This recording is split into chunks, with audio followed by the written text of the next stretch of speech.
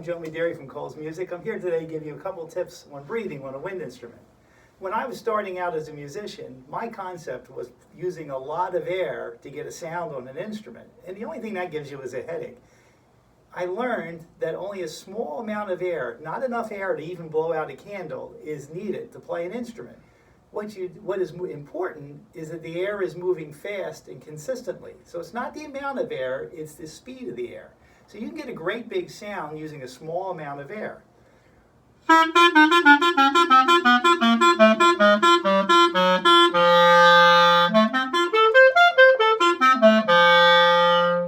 So I'm going to show you a couple tricks how you can develop that. And what's neat is you don't even need an instrument to practice these things. First of all, most people's concept of playing is taking the air and using a lot. So they're blowing the instrument like this, which means very quickly all your air is gone. All you need is that small stream of air. I think of it as blowing on a candle flame and making the flame lean over and just holding it there. Or taking a piece of paper and just doing this. Now, a couple really easy exercises, as I said, you don't even need an instrument for them, is this. One is standing or sitting, and I recommend starting out sitting, is leaning over to touch the floor. And then once you lean over, open your mouth like you're yawning. Imagine yawning, and as you sit up, breathe in like this. And you should feel all the air go to this area, because that's where you want to control the air from. So a nice breath from here to develop that is just, as I said, leaning over. Sitting or standing doesn't matter.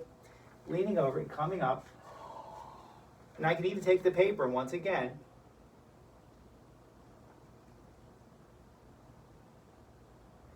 The other exercise is easy too. When you go to bed at night, lay flat on your back. Breathe in very slowly. You notice your stomach will rise. Once you breathed in, what you do is you imagine there's a feather on your lips. And you're only going to blow that feather an inch away from your lips, and you're going to hold it there. Just that small amount of air, and that's all you need. So a lot of people ask me, well, why doesn't it take a big amount of air to make a big sound? And I always answer it this way. If you're talking softly, and then all of a sudden you're talking loudly, do you ever stop to say, well, now I'm talking louder, I'm using a lot more air? Of course not. We don't use a lot of air to speak. The same thing when we play. We don't need a lot of air, just a small amount of air.